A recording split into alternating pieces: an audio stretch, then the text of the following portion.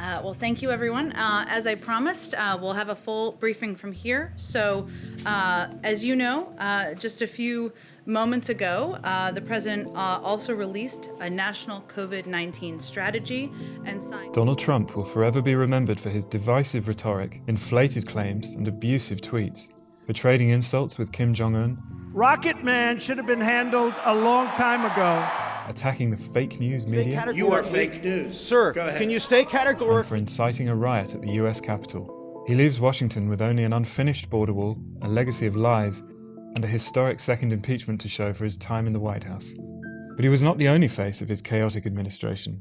It was the job of a string of unfortunate press secretaries to explain away his often toxic policies to the American people from behind the famous lectern in the James S. Brady briefing room.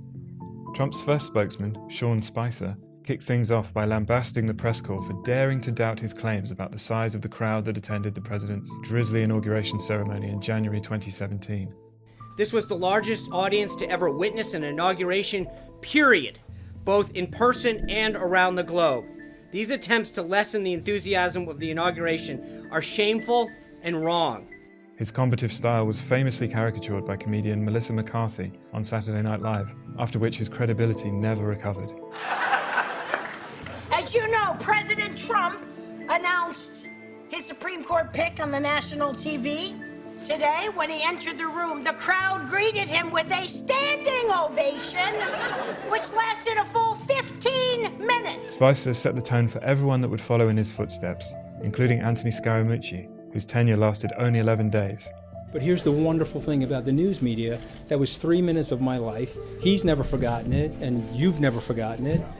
And Sarah Huckabee Sanders, now running to be governor of Arkansas, who endured a torrid time in front of the mic, admitted making false statements on behalf of the president, and ultimately gave fewer press conferences than any of her 13 predecessors in this crucial role. I think what most people find offensive is Senator Warren lying about her heritage to advance her career. She said it was a racial slur. She said it was a racial slur. What is your response to that? I think that's a ridiculous response. Trump's final spokesperson, Kayleigh McEnany, attempted to reset relations by promising at her first session on the 1st of May 2020 that she would never lie to reporters. Will you pledge never to lie to us from that podium? I will never lie to you. You have my word on that. Before doing so repeatedly over the coming months as the coronavirus pandemic spread. The president has never lied to the American public on COVID. The president was expressing calm and his actions reflect that. Joe Biden's new press secretary, Jen Psaki, is already attempting to strike a calmer, less adversarial tone. It's an honor to be here with all of you. When the president asked me to serve in this role, we talked about the importance of bringing truth and transparency back to the briefing room. And he asked me to ensure we are communicating about the policies across the Biden-Harris administration and the work his team is doing every single day on behalf of all American people.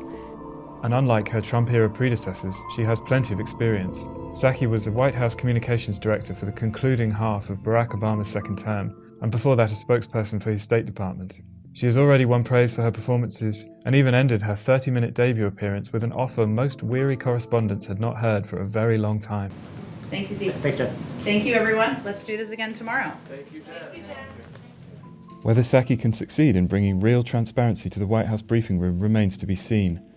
But even a pledge as simple as her promise to hold regular Q&A sessions in the first place is a good start on the road to repairing trust after 4 years of Trumpian mendacity and misinformation.